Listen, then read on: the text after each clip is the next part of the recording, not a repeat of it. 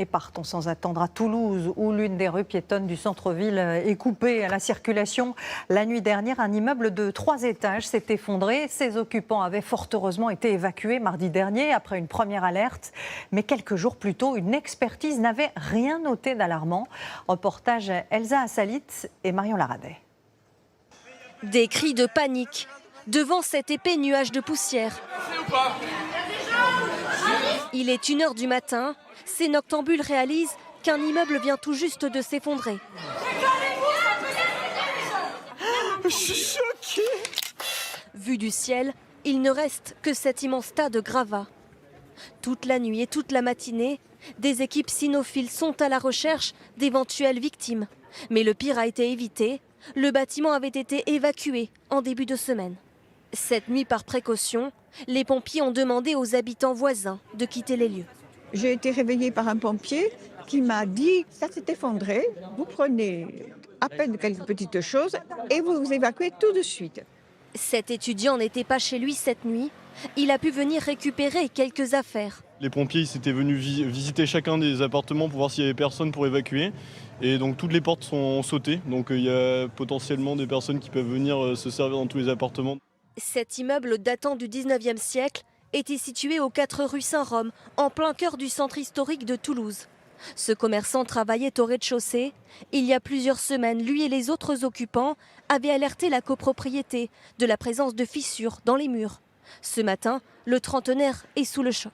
C'est un réveil très compliqué pour moi. Ouais. J'ai eu très peur. L'avantage dans mon malheur, c'est qu'au moins je suis en vie, j'ai pas pris ça sur la tête, donc voilà, au moins ça c'est bien. Un expert était même intervenu à la demande de la copropriété, mais sans résultat. Le maire de Toulouse s'interroge. Il y a toute une chaîne de responsabilité privée, puisqu'on est sur un immeuble privé. Au total, une 50aine de personnes ont été accueillies en urgence par la mairie. Certains pourront regagner leur logement ce soir, mais la rue Saint-Rome reste entièrement fermée.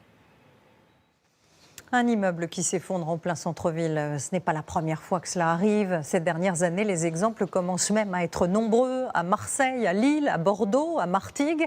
À chaque fois, les causes étaient différentes, mais cela pose la question de la responsabilité de la surveillance de ces bâtiments anciens.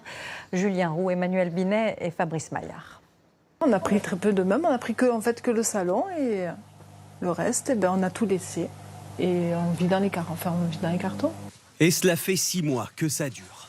Noël a été relogé dans cet appartement après avoir été évacué en urgence de cet immeuble de Martigues qui menaçait de s'effondrer. Le bâtiment s'est affaissé à cause de la sécheresse.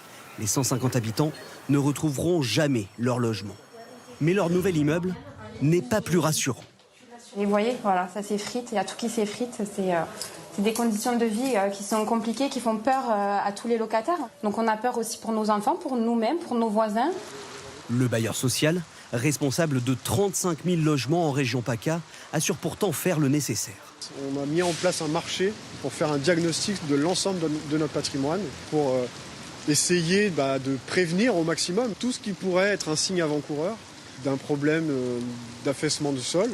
Qui est chargé de surveiller l'état des immeubles en France? La règle générale, c'est que le propriétaire de l'immeuble est responsable effectivement du bâti, de sa conservation. Et si le propriétaire ne fait pas son travail? C'est l'autorité publique, ça va être notamment la municipalité qui va mettre en demeure le propriétaire de réaliser les travaux et qui après va prendre un arrêté de péril, un arrêté de mise en sécurité. Pourtant, les effondrements d'immeubles se multiplient ces dernières années.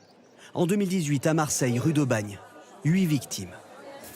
Puis Bordeaux, 3 ans plus tard, en plein centre historique. En 2022, à Lille, 2 immeubles de la rue Pierre-Mauroy disparaissent brutalement, faisant un mort. Comment expliquer cet enchaînement d'effondrements dans des immeubles souvent anciens? Ces effondrements d'immeubles ont des causes éventuellement très différentes, liées par exemple au sol, au sous-sol, liées à des travaux, liées à la vétusté de certains immeubles. Et statistiquement, ces événements sont d'abord rares et surviennent dans un patrimoine bâti très important. 17 millions d'immeubles en France, à peu près 21 millions de maisons. Donc je ne dis pas que c'est normal, mais ça peut arriver. Et il n'y a pas que les immeubles qui sont à surveiller. Selon le ministère de la Transition écologique, 1 maison sur 2 présente des fissures en France.